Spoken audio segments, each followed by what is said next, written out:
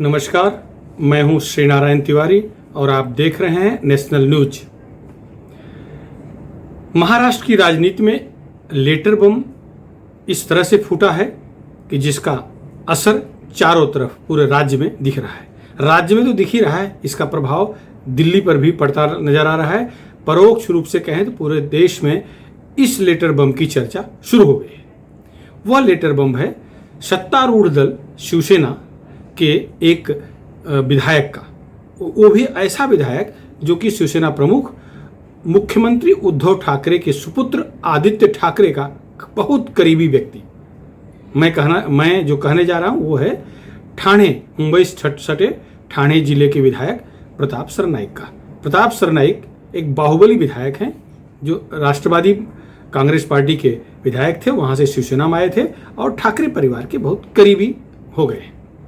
इस समय वो ठाकरे परिवार बहुत करीबी हैं, लेकिन इसके बावजूद उनको ईडी बहुत सता रही है। पेशे से बिल्डर, समाज सेवक प्रताप सरनाईक और उनके बेटे दोनों को ईडी की नोटिस आई, गिरफ्तार हुए, लंबे समय तक अंदर बाहर रहे, लेकिन बुरी तरह से परेशान है ईडी की जांच से। प्रताप सरनाईक का पत्र शिवसेना स्थापना दिवस के ठीक दूसरे दिन बाहर आना ये कोई संयोग की बात नहीं है, ये प्रयोग हो रहा है। वाकई में पत्र 9 और 10 जून को लिखा गया था, मुख्यमंत्री कार्यालय में विधिवत 10 जून को ये रिसीव किया गया है, जिस पत्र पर स्टैंप है। पत्र में प्रताप सरनाईक ने स्पष्ट शब्दों में मुख्यमंत्री से अनुरोध किया है कि वे प्रधानमंत्री नरेंद्र मोदी से हाथ मिला लें, अर्थात भारतीय जनता पार्टी से गठबंधन कर लें, सरकार भी बची रह जाएगी और जो केंद्रीय जांच एजेंसियां शिवसेना नेताओं को, शिवसेना पदाधिकारियों को, शिवसेना विधायकों को, मंत्रियों को परेशान कर रही है, उससे निजात मिल जाएगा। साथ ही जिस तरह से राष्ट्रवादी कांग्रेस पार्टी और कांग्रेस पार्टी शिवसेना को खत्म करने की कोशिश कर रही हैं, शिवसेना को नेताओं को फोड़ रही हैं, वह रुक जाएगा, शिवसेना बच जाएगी।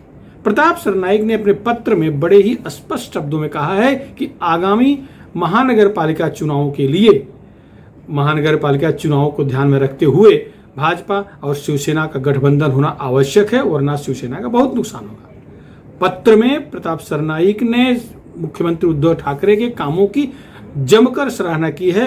कोविड काल में उनके द्वारा किए जा रहे प्रयत्नों की प्रशंसा करते हुए उन्होंने कहा है कि आपके सारे काम पूरी जनता देख रही है, लेकिन पार्टी को कमजोर करने के लिए एनसीपी और कांग्रेस के लोग पार्टी के नेताओं को तोड़ रहे हैं। सर्वाधिक गुस्सा उनका एनसीपी पर है। एनसीपी के नेताओं पर आरोप लगाते हुए उन्होंने लिखा है कि वो हम सबको, हमारे नेताओं को तोड़कर अपने पक्ष में ला रहे हैं। ठाणे महानगर पालिका, मुंबई महानगर पालिका का समेत कई महानगर पालिकाओं को चुनाव अगले 8-10 महीने में हैं।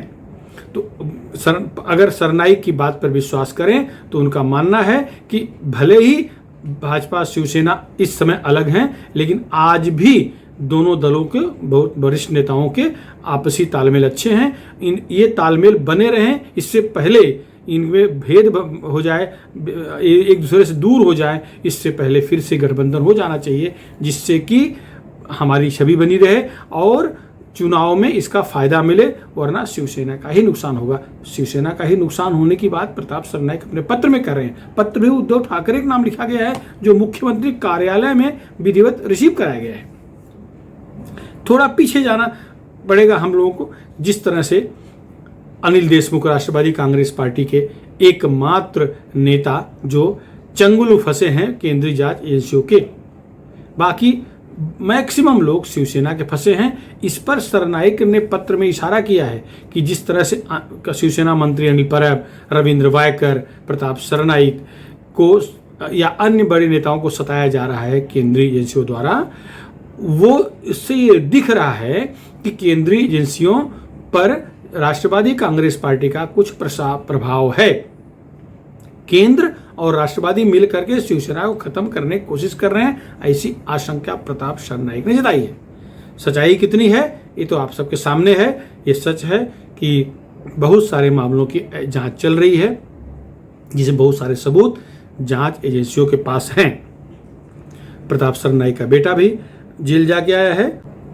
पिछले कई दिनों से प्रताप सरनाईक जनता से दूर रहे, इसको लेकर के स्थानीय भाजपा और ठाणे भाजपा अध्यक्ष निरंजन डावखरे, भाजपा के वरिष्ठ नेता पूर्व सांसद किरीट सोमैया ने 2 दिन पहले वर्तकनगर पुलिस स्टेशन, जहां के प्रताप सरनाईक रहते हैं, एक मानव श्रृंखला जैसा मोर्चा कार्यक्रम किया और शहर में बोर्ड लगाया था कि ये गुमशुदा लापता व्यक्ति हैं, लापता विधायक हैं। कुल मिलाकर कि वो जो भाजपा और शिवसेना के आपसी मनमुटाव चल रहे हैं, जिस तरह से बम्बई में मारपीट हुई है, जिस तरह से बम्बई शिवसेना मुख्यालय पर मोर्चा लेके गए भाजपा के नेताओं को शिवसैनिकों ने पीटा, जिसके बाद संजय राउत ने खुद को शिवसैनिकों को गुंडा कहा, सर्टिफाइड गुंडा कहा। ये सब उसी का एक बदला लेने का तरीका, या इनडायरेक्ट कहा जाए तो उसको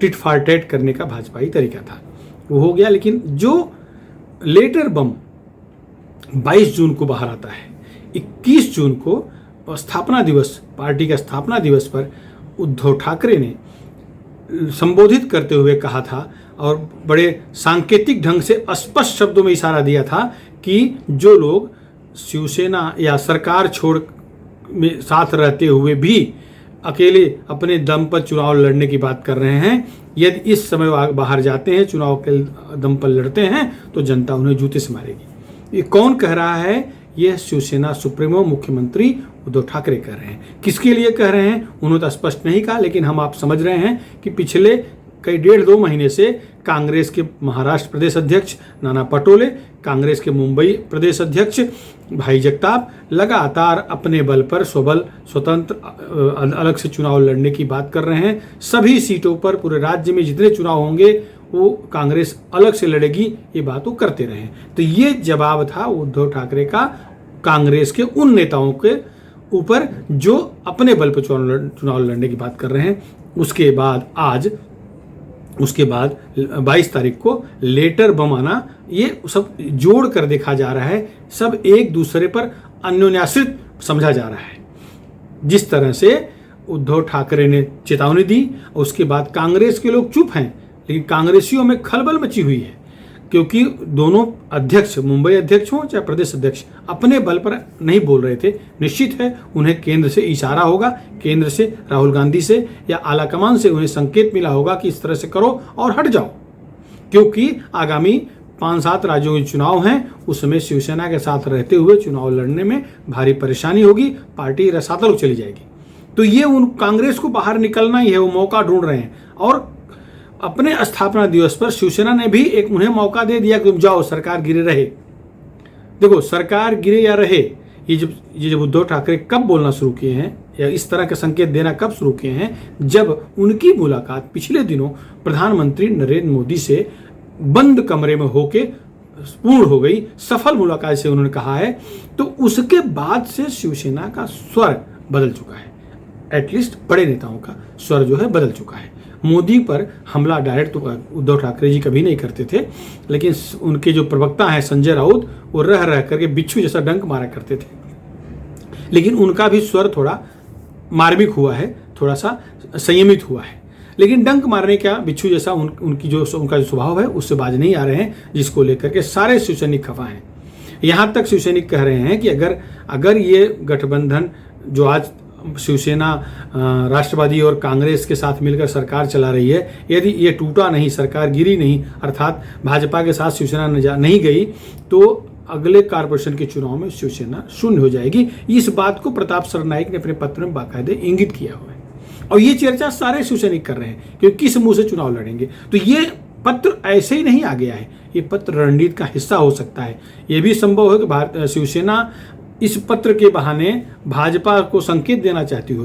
पत्र में प्रताप सरनाईक ने स्पष्ट कहा है कि मोदी से दोस्ती कर लिया जाए, जिस तरह से आप आगे बढ़े हैं, भाजपा के साथ जाकर सरकार बनाया जाए।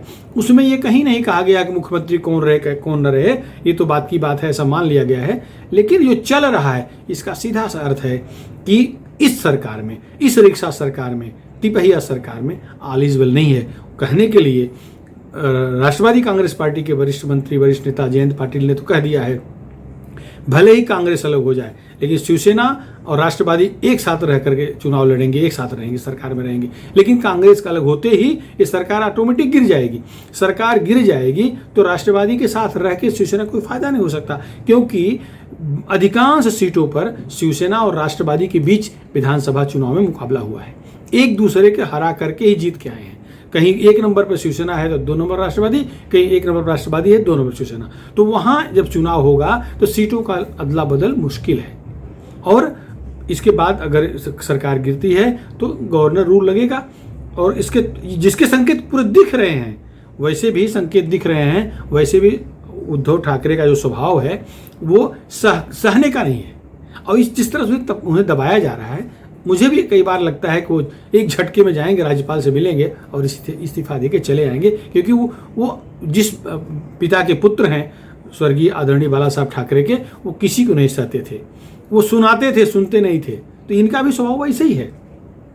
क्यों सुन रहे हैं? अभी तक कुछ कहा नहीं जा सकता, कब तक सुनेंगे कुछ कहा नहीं जा सकता, लेकिन निश्चित है कि बहुत ज़्यादा वो तनाव नहीं ले सकते। अब देखिए, संजय राउत को लेकर के जिस तरह से पूरे शिवसैनिकों में नाराजगी है, उससे तो लगता है जिस तरह से किरीट सोमैया को शिवसेना ने बाहर कर दिया, पिछले लोकसभा चुनाव में टिकट नहीं देने दिया, उसी तरह से अगर भाजपा के साथ शिवसेना जाती है तो भाजपा की शायद पहली शर्त होगी कि संजय राउत को दूर करो।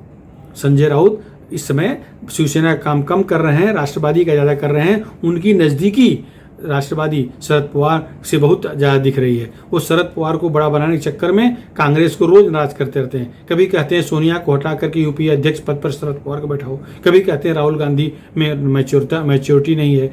इस तरह के मतलब कांग्रेस को चिढ़ाने टीसने काम कर रहे हैं, जिसमें राष्ट्रवादी का ही फायदा होता है, शिवसेना का कोई फायदा नहीं, लेकिन तो भी वो करते रहते हैं। उनके इस स्वभाव को लेकर के भी शिवसैनिक नाराज हैं, क्योंकि आगे बीएमसी का चुनाव है। अगर मध्यावधि चुनाव होता है तो शिवसैनिक किस मुंह से लड़ने जाएंगे, जनता के बीच में कैसे जाएंगे वोट मांगने।